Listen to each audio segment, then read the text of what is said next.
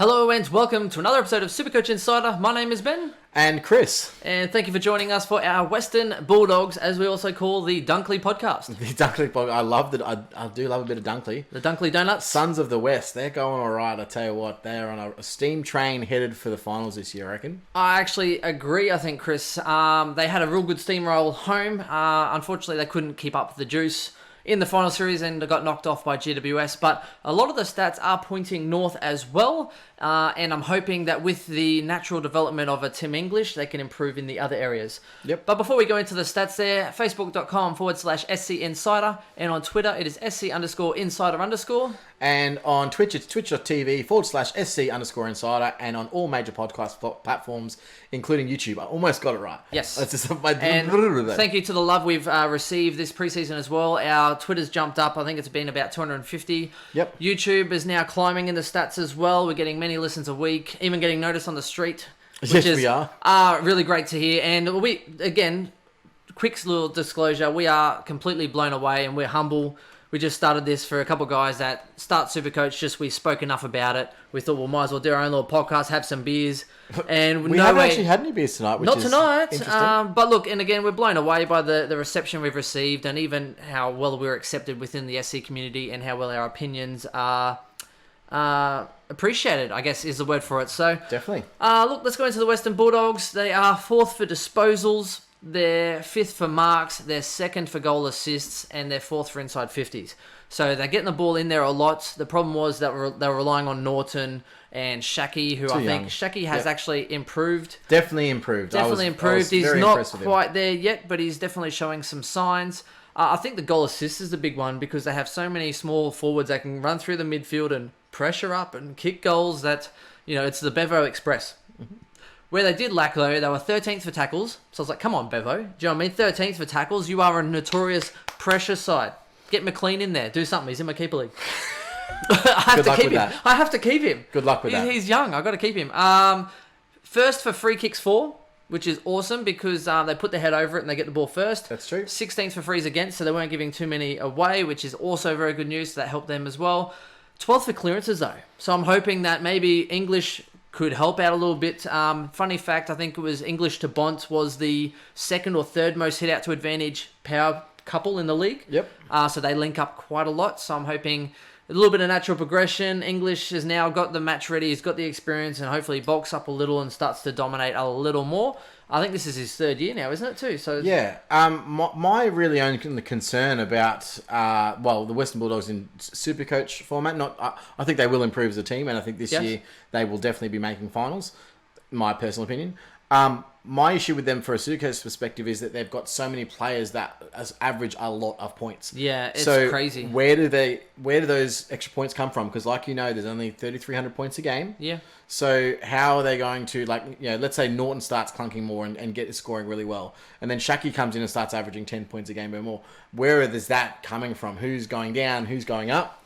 Like this? And they have 3 of the most damaging and impactful midfielders the league has seen, and they're all averaging super well. Yeah. So it's going to be interesting. Very interesting. Very, very, very interesting. But here's the problem. They're 18th for hitouts and 12th for clearances. So yep.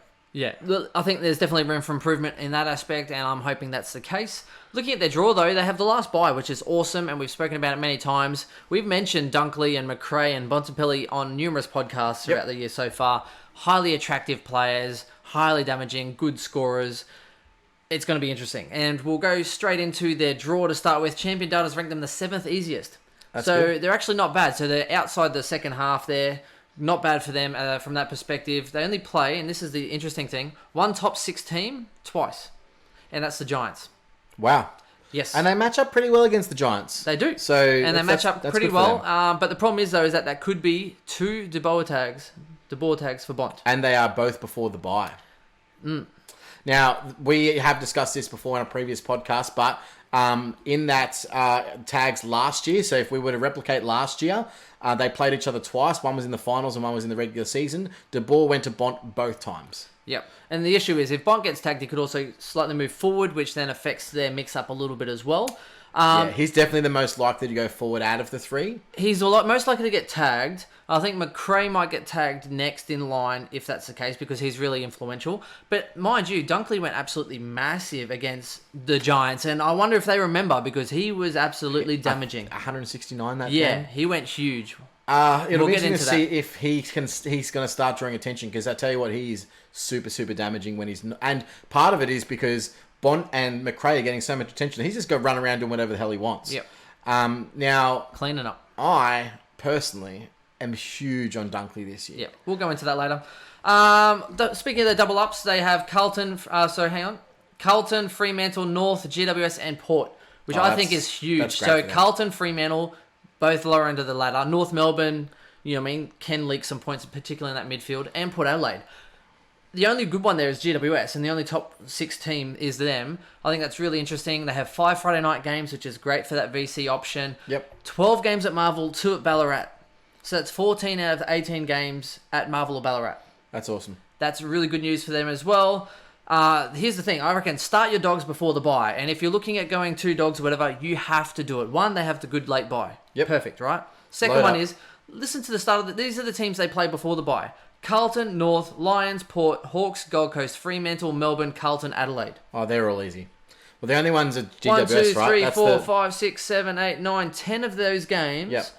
I would actually say that... And the other 2 would be GWS, right? Well, Lions league points in the midfield. Like, Macrae has bunnied them. Even Dunkley went 130 against the Lions. The Lions league points in SuperCoach. That's what they do. They're not overly reliant on shutting people down. Well, it's because they've got a midfield that... They'll back themselves in. They back them. It's the same with Collingwood, right? Yeah, they back a lot of midfield just go head-to-head with Collingwood. So. Yeah. Yeah, but look at that. 10 of those teams, you'd say, okay, maybe Lions and Hawks would probably be the harder ones, but they don't lock down so much. They league points, so it'll be fine. The interesting one's going to be Tuke Miller from GC. We've suggested this again on the GC Gold Coast podcast, is that if Tuke plays this year in midfield, it must be as a lockdown role, but only because their midfield's getting so much more experience and depth through there that they need that to lock down the opposition's best mid. And then the other one is Ben Jacobs. If he actually does come back to North Melbourne, that'll be interesting. Where does he fit in now? There's so many midfielders there, unless they're going to specifically tag. And it's a new coach. He might not want to tag as much. So we don't know yet. And that is going to be something that we'll need to keep an eye on because that could impact vice-captain options. It could impact scoring capacity. And because they play them twice and GWS twice, I can see why some people are very tentative about starting too many dogs for that reason. I actually think this year will be more than the others. After the 666 and that kind of thing, I think they're going to be probably looking to shut down more like the users off the back flank and the forward line. I think they'll do more. That's more in vogue now. They'll do more shutting down of either the goal sneaks that are really damaging, like your Charlie Camerons or whatever. They'll try and shut them down, or the users, so your Lairds and your Ryans or your users off the back line. To me, it's much more important now, especially at centre clearances, and maybe not at stoppages around the ground, but at centre clearances, it's get your best ball winners at the coalface because that's the highest chance to get a score. Yep. So your highest chance to get a score is straight out of centre clearance. You got to have your best ball winners there to clear the ball with an effective disposal to your leading targets that are going to be one out. So I personally believe that is a very strong thing. So I don't think taggers are going to have too much to do with the centre clearance anymore. Yeah. Because of that space. I think absolutely. It's more room to run around. They do have a harder SuperCoach final series with Geelong, North, Port and West Coast. So they have 2 top 5 sort of sides in there. Yep. A little bit harder for that. Again, I just think with their bye, you have to start them beforehand. Can you start all 3? No, I don't think you can. Can you start 2 of those 3? I think you can. Well, and there's a few reasons why, but we've flagged this on, again, the Hawthorn podcast, is that especially after this week, Tom Mitchell went absolutely not huge, rampant. But he got his hands on it and got 20-odd touches. 21 touches in 3 quarters and 14 tackles. Yeah. I'm gonna do that. I was in a wet game, so granted, obviously he was around the ball a lot, but that's to him that's an easy 30 possession game. That's Tom Mitchell coming back. I'm watching him very much as well. So if you want to, so now you got to be aware of how many guys you start with the same buy. So backloading your premiums is fine because you can obviously trade up during the first buy and the second buy. Yeah. So forward and defense, you think maybe 2 max on the line, and then midfield, you say 3. Well, it depends on the same buy. So here's the thing. So it depends on what you're going to upgrade to during the first round of upgrades, right? Yeah. And so it just means you can't upgrade too many to that back buy. buy. Yep. So if you want to, let's say if you're in defence, if you want to upgrade to Sicily, that's fine, but do you already have 2 guys with a round 14 buy? Yeah, if you do, you already screwed. have Laird and Zach Williams, well then I probably stuffed. wouldn't do that. Yep. If you've got 3 guys on your bench that obviously can replace that with, and you've got those returning premiums.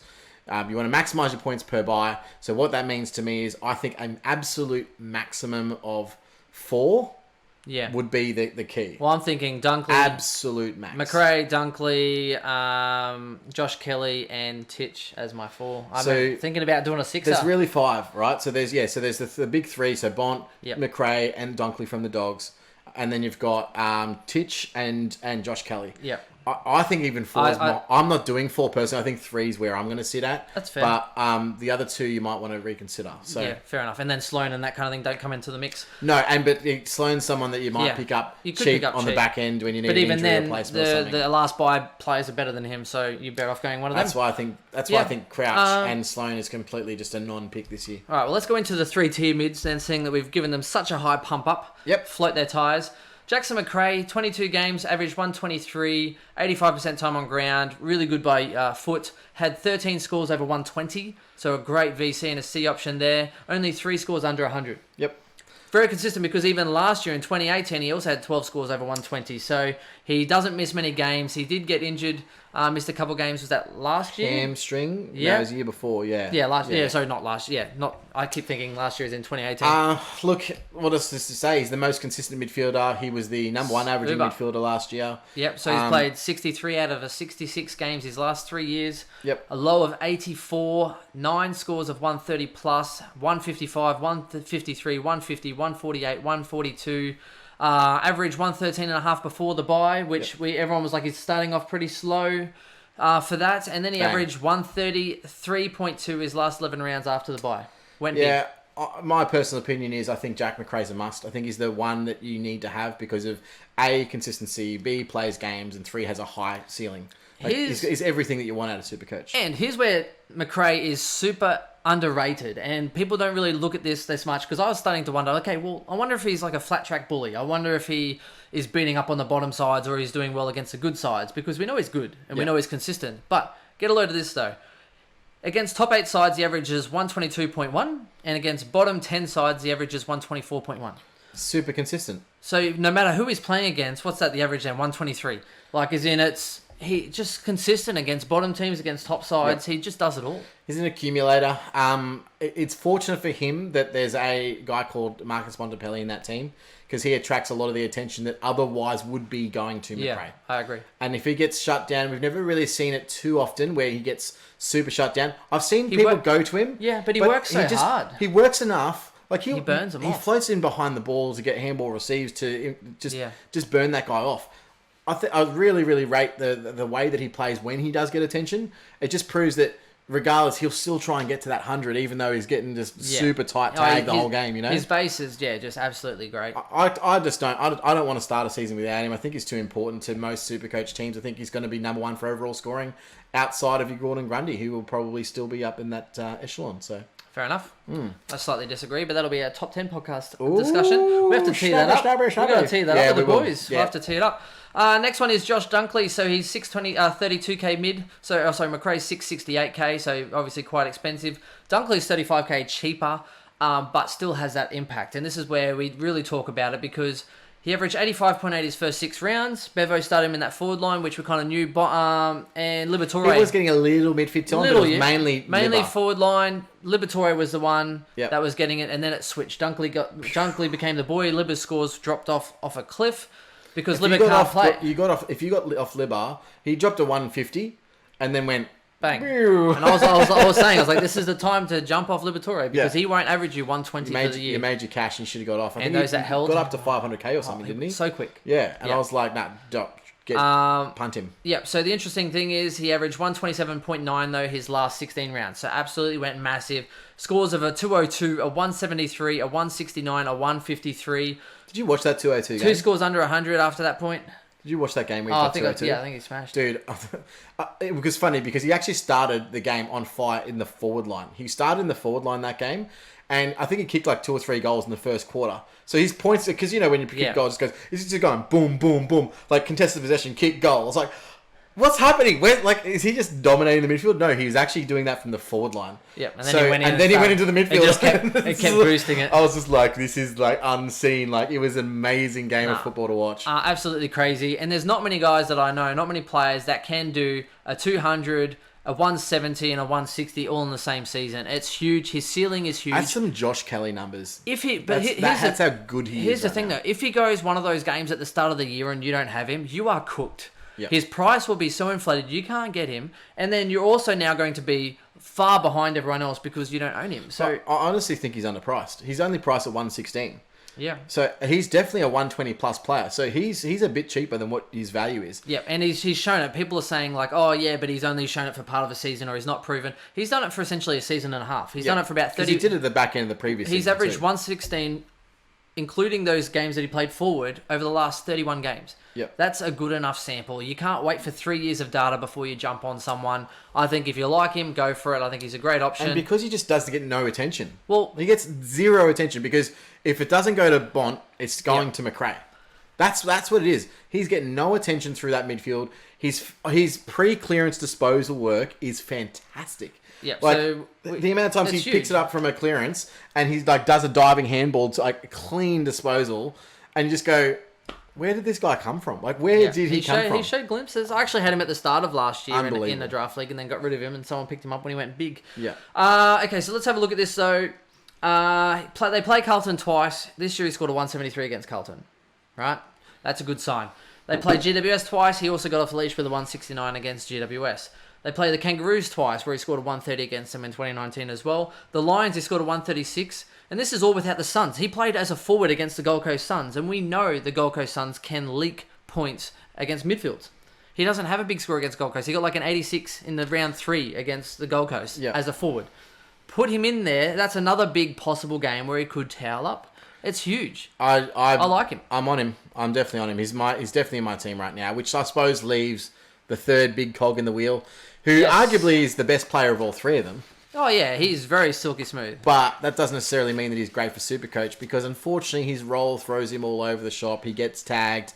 I think it's more the tag this year. I think his role will be a little bit more set than usual. I agree. There's one player particularly for that, and it's Bruce coming in from St Kilda. They now have that extra forward to take some of the heat off. I think it'll be by the way, Bruce. we're talking about Marcus Bontempelli for those playing Marcus at home. Bontempelli, sorry, who is 623k midfielder. But I think Bruce up forward with Shaki, with Norton, gives them real good tall structure now that they didn't have. Shaki was a bit whimsical. Yeah. They had to throw Norton forward, and who knew that he was going to dominate aerially? I still prefer him behind the ball. Yeah. I would prefer they've got the two tall targets now. I would still prefer to put him behind the ball. I think he's much personal opinion. Yep. I think he's much better footballer behind the ball, and he services that club better behind the ball. Well, it'll be interesting to see whether they move him there or whether they keep him in that forward line. But who knows? I think the issue is that now they probably don't need Bont forward as much as they did last year. It's not necessarily a problem, and I agree with you, but he'll still go forward at times because he makes a big impact when he does go forward. I do agree. I reckon he'll rest forward. I think he'll play midfield, especially clearances. I think that centre bounce. Absolutely. I would not be surprised because he gives them that dynamic as well. Macrae, Bont, and Dunkley in that centre clearance would be huge. However, one caveat to picking someone like Bont is he averaged 114 for the year, but he actually only averaged 108 since Dunkley went into the midfield. Yes. So that could have a bearing on the overall scoring. I'm not entirely sure, and I'm not sold on it. And for that reason, I'd just rather go the other two. Yeah. I just think that regardless, he's still the number one candidate for a tag because he's the most damaging I'm not opposed player. if you went that way. You're taking a gamble on him going to 115 again or improving, which is possible. I mean, he is a great player, so there's no cap on what he could be. I don't think there is a cap. Yeah, I mean, he had 2 scores under 90. He had 6 scores of 130 plus. Big ceiling too, more than he used to. 166, a 158, a 146, a 146, and a 140. Yep. But that big ceiling for him is still not as big as Macrae or Dunkley's ceiling. Dunkley's ceiling is just... Dunkley. He's played 85 out of a possible 88 games the last 4 years. 105 over the last 110 for the last 5 years. He's really super durable. Problem is, again, they play GWS twice, so if he goes there, it's not ideal. The benefit, though, is now, obviously, I think with Norton and Shaki, I think that could be a possible breakout, because if he goes forward, he's no longer the third, so he might be able to just sneak in and get some marks and goals and play really smart. And again, the average, you've already said he averaged 108 with Dunkley in there, so that's the only negative side. I think that we literally listed them in how we would choose them. Yeah. I don't think that any are bad picks, but I personally believe it's Macrae 1, Dunkley 2. I agree. Macrae because of the durability, reliability, and consistency. Yep. Dunkley is the ceiling and the big fact that he could just go absolutely massive and hurt you. Yep. And he's underpriced, undervalued, so that gives you a little bit of incentive. And then, Bontempelli, who is... And it's hard to put Bontempelli third, but he is. The unfortunate thing is him being so good helps the other guys. Yeah. So if there was no Bont in that midfield, I don't know who I'd go with. Well, see, imagine I really wouldn't. Well, if Tom Mitchell was there and then you had Bontempelli... Like, legit. Who would you tag then? Oh, I know. Well, Tom Mitchell's less damaging with his disposal, so he's still going to rack up 35. Maybe Bontempelli, because he'll just be dead, super damaging. You're still, in that scenario, you're still tagging him. Yeah. Next player is Caleb Bottom Shelf Daniel, 537k defender. He's great at getting things off the bottom shelf. That's true, he is. That's not all he's good at. He's very good at using the football. He is very good at using the football. Yes. Obviously transitioned from a sort of midfielder forward to a back pocket who basically is the quarterback at that team. He has great vision. He uses the ball really well. He can't chick over a jam tin, but he's very he opens the play up for them, which I like, because he can nail those short angular kicks that helps open up the play. He's a really good decision maker, really good user by foot. Yep. And I think they need him. And he's super consistent as well in that defensive 50. That super consistency means that he won't hurt you in SuperCoach. You can pick him up later throughout the season for probably around the same price. He is not a must-have. He's a very good option, I think. And I know some people are looking at him. But the fact is, he's going to be around the same price. He's a good option for an upgrade. In argument to that, though, but it has the best buy as well. Yeah. So I wouldn't be against picking him instead of maybe not instead of a Sicily. I'd probably still go Sicily, Williams, and Laird are all ahead of him. You're still banking on the breakout from Sicily. Like, Sicily's still got to have everything go for him, and Clarko not to throw him around. Like, it's unlikely that Caleb Daniel moves after dominating that much in the back flank. But Sicily could hurt you more than Daniel will hurt you. Yeah, that's true. Yeah, and he could also hurt you in a good way and in a bad way. Yeah. Anyway. But there's going to be more people on Sicily, so you take that hurt factor ownership percentage. I'm not going Caleb Daniel. I don't hate Caleb Daniel's selection, I'll be honest. But I don't know how many of those expensive defenders you can carry early. I'm going the other ones. For me, and this is a good difference of opinion, but for me, I'd rather pick Dane Rampy. I'm kidding. Not that bad. All right, here's not that bad. Not that bad. Caleb Daniel or Rory Laird? Laird. Really? Yeah. Why? Because he's not Caleb Daniel. I would rather have Caleb Daniel. Yeah. And they have the same buy. The only difference is I think there's no upside. I don't think either has an upside. Yeah. I think they both do what they did last year, and Caleb Daniel out-averaged him. They're both meh to me. They're both going to be picked up by some stage. They will be. A lot of people. That's fair. Anyway. Okay, so that's pretty much it for the premiums on that side. Let's go to the rookies. Ben Kavara. 123k forward. Here's the thing though, he didn't play last year, so he had a hamstring injury in 2019. Then he had a little quad and shoulder niggle, so he didn't really get going. Yep. Right now though, he's injury free. He into the back end of the year. He actually kicked 4 goals in some games in the VFL. Likely to be used as a defensive small forward when they recruit him. He's 23 years old, so he's mature aged. Yep. Mature body. I think he plays this year at some stage. But it's the Clarko effect. Is there room in that forward line? If they have a fit team? Oh, he's not playing round one. Unless they have injuries. They might. He could come out in the preseason and smash it, right? Yeah, but I'm watching him. I think it's more likely that he develops into it in the VFL and then comes in and relieves someone during the season. So yeah, I think there could be a role for him there.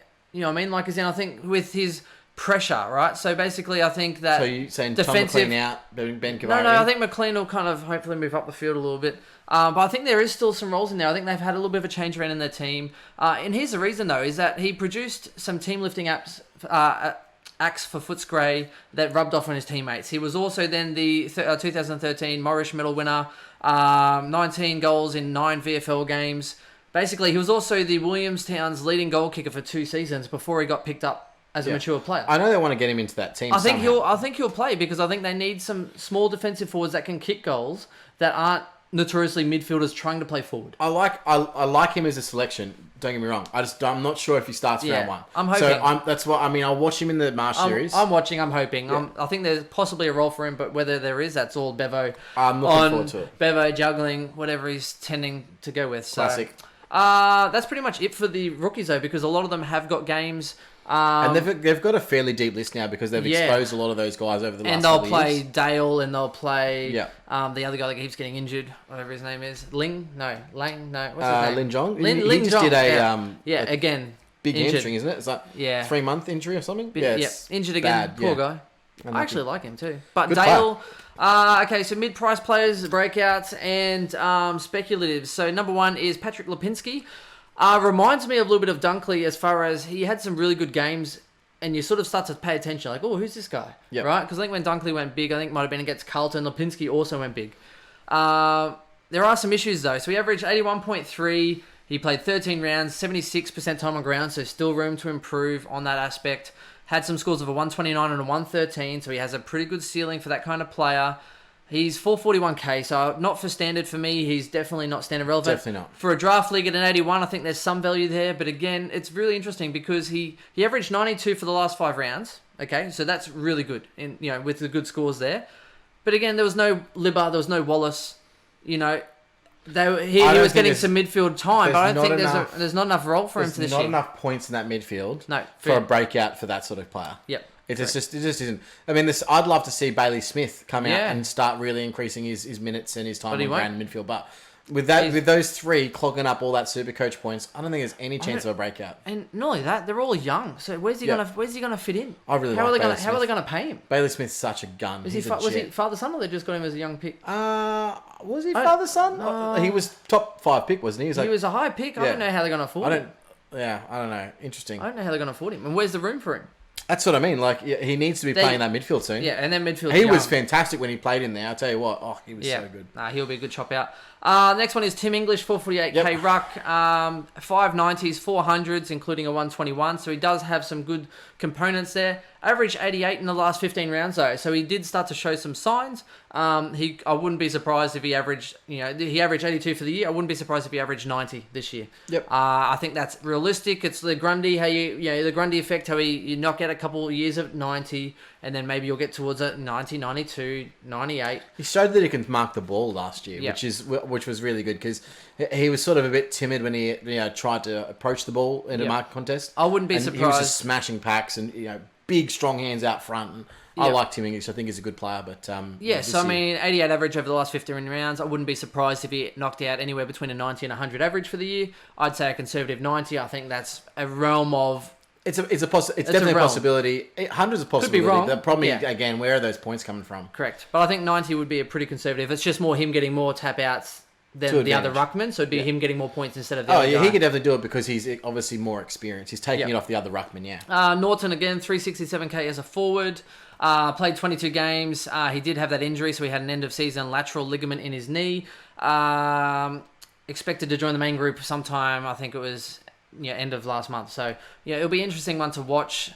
I still prefer him in the defence. Here's the thing though, he had 300s and there was a 134 and a 116, so that was when he got a lot of contested marks. But he also had lows of 21, 26, 34, 40 and 51. Average 77 in the last 8 rounds. As a key forward. As a deep league, especially as a rookie key forward. Well, if he goes into defence, he could average 80 plus and be I think easily because in the draft league. He's still got a fantastic reader of the ball. Yeah. In the flight and intercept marks would be way better, and then you get the actual decent user. So next one, Bailey Smith, 415k as a forward mid again. So he had 11 scores of 86 plus, which I think is great. Definitely underrated as that rookie, that expensive rookie. Definitely missed out on that one. So I think unfortunately his role stays similar though. I don't think it's going to change much this season. I think he might. He averaged 88 for the last 5 rounds. He had lows of 33, 36, 53, and 56. So I think maybe around the 80 average wouldn't be surprising. But again, it's some people will jump early thinking everyone's going natural, up, no one's going down. That's the issue. We always talk about it. Everyone's going up in average, but there's still the same amount. Yep. You need to try and avoid the Brendan Goddards, the ones that just drop off a cliff and average you like 30 points below a game. Keep away from the pretzels, Brendan. Oh, pretzels. Okay, so now go into the draft relevancy, which and the Bulldogs still have a lot of draft relevant players. They definitely do. Lockie Hunter is my one. He's a big, seagull. Lockie the Seagull Hunter. A poor man's gaff, I call him. Poor man's gaff. He is. That's one way to put it. Well, he is a poor man's gaff. You know what's crazy? We give him shit all the time, old Lockie Hunter. Hey, he gave us a bad review. He did give us that 1 star one time. But I think it's his innate ability to find space or be unmarked that is actually quite special. That's a very unique quality. He'll just pop up in a pocket somewhere completely unmarked. You're like, has he just been sitting there for half an hour? Like, well, the problem how is, did he get there? It's the Caleb Daniel effect. He's so small. People look and they can't actually notice anything below 6 foot. So I think that's the issue. They look out there and their peripherals is here and they don't even notice Use anything. your peripherals. Well, it blends in with the sign advertising, I think. That's the issue, Chris. That's true. They're just too short.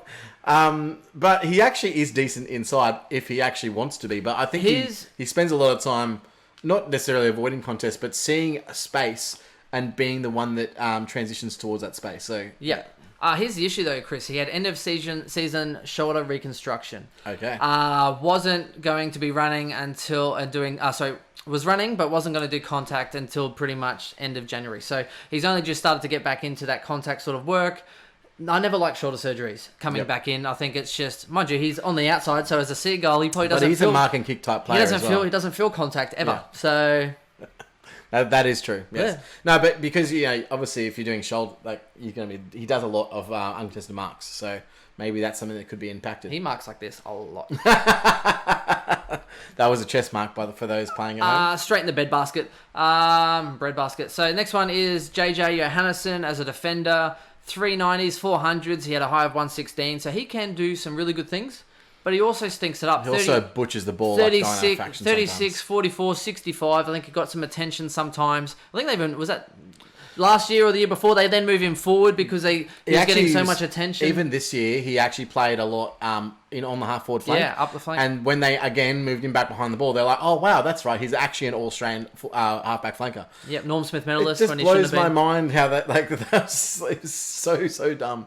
Yeah. Stole that Norm Smith. I know. My cousin had $5 on Boyd at 100 to 1.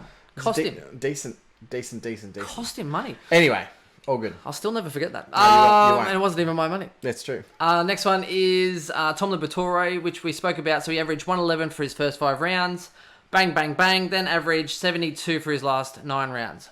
And then got injured again. That's excluding his injury on 30. So he was injured round 13 on 30. True average of 86. End of season knee surgery for a lingering problem. Again, an issue. Not expected to join the main group until the end of January, so I haven't had any more updates on how he's tracked early February. Yep. But again, that's an issue for me. I wouldn't be touching him. No. Nope. Pass. Not in standard. Too many points to other midfielders in that in that group. Mitch Wallace is another one, forward mid. Probably draft. So many of them, right? Draft relevancy. Yeah. Again, averaged. Fairly well, so he didn't play after round 10. He had an ankle issue, so again, that's more. He had ankle surgery, I think. No ankle issue. I think you'll find some of these fringe players get traded in the next couple of years. Wallace was a standout on the track before Christmas and just after Christmas, so he was one that was really noted to actually be training really well early. Whether that translates, I don't see him having a midfield role like he did when he did average 100. But the issue is there's too many by him and Tom being injured so much. Yeah, Dunkley's taken that midfield time and he's run with it. You're going to have to be better than Dunkley. He's killing, and you can't. Good luck with that. Yeah, you can't do it. Yeah. And then McLean obviously felt that. He's so screwed. McLean felt the Dunkley effect. I want to play midfields. McLean, 2016. Yeah. McLean plays midfield. Dunkley gets a sniff and kicks him out. Yeah, exactly right. Oh, wow. Do you remember when Toby McLean played midfield for the first 11 rounds and averaged 111? Yeah. And I was like, this guy's a god. And then Dunkley killed him. Next one is McLean. Played 18 games at an average of 70. That's well below his 95 average. Absolutely stunk it up. He did have a couple good games too. Imagine keeping him in a keeper league. Well, I got it. He's young. Idiot. He's like 22 or something, 23. He's got to be young. 290s, 300s, including a 133. Injured round 17 on 16, so his true average is 73. Woo! Lows of... Here's the lows, though. 33, 44, 45, 48, 49, and a 57. Yeah, I'm not touching him. ouch. Don't touch him in standard. Don't touch him in draft unless it's like super late where he's like your F5 and you can afford to flog him off. Yep. That sounded really bad. And in a keeper league, look, just hold him because he's not worth anything. Fair enough. That's pretty much the logic, right? You have to. No, I just think punt him. No, I think you just got to keep him for those glory days. He averaged well once.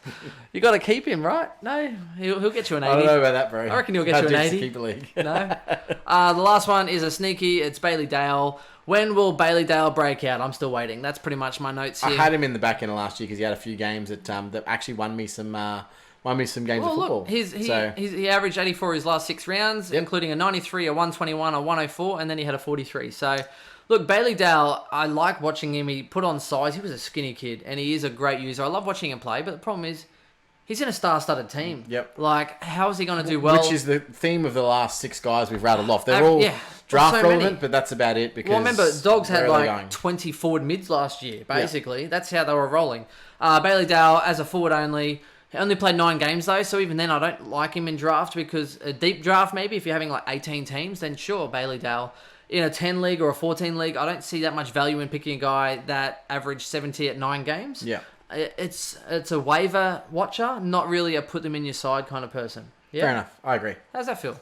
That feels great. And that's pretty much, that wraps us. I think that's us done for our team podcast, guys. That's us done. That's like crazy. That's like 10 hours of pre-season recordings. But some fun facts. We've already had over 20,000 listens on SoundCloud and YouTube. Jesus. Which is pretty amazing. So that means that we're already at over 25% of what we did last year in just under 6 weeks. There you go. Which is crazy. So thank you for the support in the Team by Team podcast. And it's been harder because with these ones we get together, we record for a couple of hours, but you know, it's been with your work and whatever have you, and you're away and the wedding and all the rest of it. So look, I do appreciate you if it has been a little disjointed. We love the team by team analysis. It helps us get our thoughts out on paper and helps you sort of clarify, particularly for draft leagues and keeper leagues. And if you're a friend Damien Gunn, then you have 10 hours of research to do. Of footage. That's right. He doesn't want to do it. No, exactly. I know he doesn't. He doesn't want to do it. It's too much effort. He literally wants me to go through and do his list for him. I'm not doing that. That's negative. It's okay. This is a friend that's coming into our new draft league, should I say, a single year draft league. But we will, obviously, the next podcast that's going to get released will be a review of the first Marsh Series games. Marsh Series rounds. That'll be next week. And then probably somewhere in between there, we're going to be doing our joint podcast with Elites. Yes. We'll do the second round of the Marsh, and then we're going to do our Trap Watch and all the regular stuff that we do. Yeah, basically, looking at the Trap Watch, we'll then do... And then team reveal, of course. Probably looking at our team reveals and our structures, loosely put. And, rookies, I think, will be the other key one. So, Trap Watch, rookies, the rest... All of that stuff will likely be all on Twitch, so feel free to drop us a line at twitch.tv/SC_insider. Yeah. And the reason we're doing that is because you're going to have a lot of questions about different rookies. We're going to watch all the games, and so we're going to be able to hopefully provide some insight on each individual one that you ask us about, if we haven't already. On which ones we're flagging to put in our side, which is the big thing, because we all know rookies make cash and they help kickstart your season. True. The other thing is, it'll probably be a little bit more community interactive on the Twitch stream before we hit, once around 1, we are going to do those split segments. Absolutely, we'll be doing it split. One will be completely business, as we do like with the team by teams, and then we'll do the open up, the Thursday sort of podcast where we look at the team reveals, and that's the engagement side of it. And we love the engagement side, so this is a way to, again, get the best of both worlds for you guys, and hear us twice a week, which will be a first. Absolutely, I'm really looking forward to it. I can't wait for next week. So thanks guys for tuning in, and thank you very much. And that's our team by teams. Cheers. Bye.